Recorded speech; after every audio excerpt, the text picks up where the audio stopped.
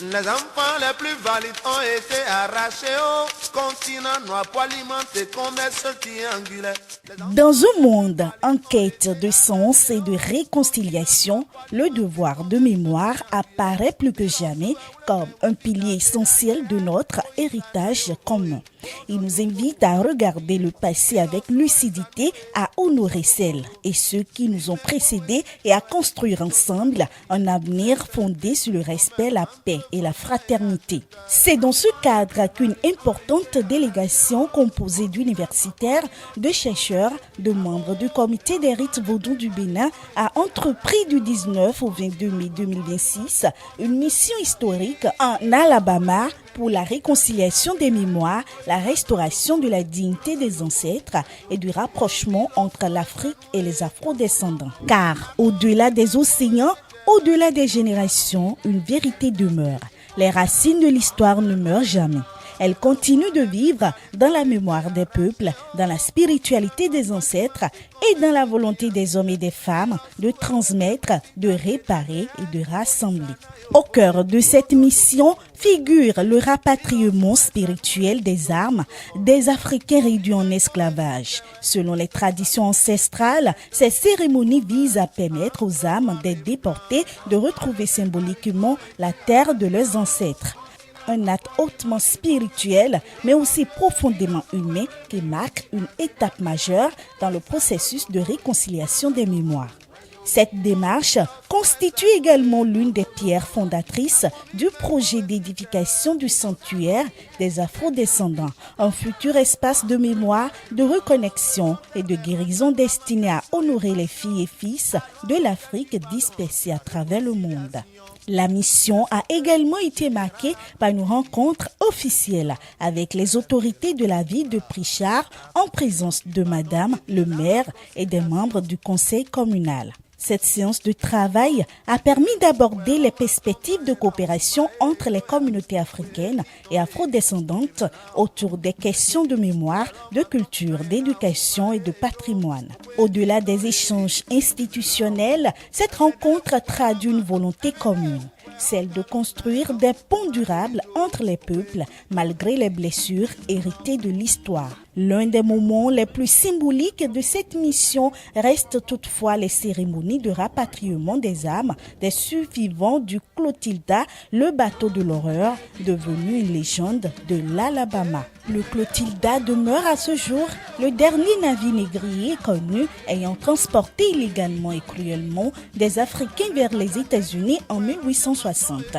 plus de 50 ans après l'interdiction officielle de la traite transatlantique. L'épave a été retrouvée en amont d'un bras boueux du Mobile River, près de la ville d'Africatown, là où avait fini en 1860 le voyage des esclaves arrachés à leur terre natale, notamment du royaume du Dahomey, actuel Bénin. Depuis des décennies, ce bateau de l'horreur était devenu une légende dans l'Alabama, si bien que des négationnistes doutaient même de son existence. Le voyage du navire a représenté l'une des périodes les plus sombres de l'histoire moderne et l'épave constitue aujourd'hui une preuve tangible de l'esclavage. La première cérémonie s'est déroulée au cimetière d'Africatown, lieu de repos de plusieurs descendants des survivants de cette tragédie historique. Dans une atmosphère empreinte d'émotion et de recueillement, les dignitaires traditionnels ont accompli les rites ancestraux de libation, de prière et d'invocation. Des gestes chargés de symboles destinés à honorer la mémoire des ancêtres et à restaurer le lien spirituel rompu par l'esclavage. La seconde cérémonie s'est tenue sur les eaux du fleuve Mobile River, précisément au-dessus des vestiges du Clotilda. Dans ce lieu chargé d'histoire et de douleur, le rituel a pris une dimension particulière. Là où les eaux furent autrefois témoins d'une tragédie humaine, elles deviennent aujourd'hui le symbole d'un retour, d'une reconnaissance et d'une réparation spirituelle. À travers ces cérémonies, le comité des rites vaudous rappelle que la mémoire des ancêtres demeure vivante et que le devoir de mémoire constitue une étape essentielle sur le chemin de la réconciliation.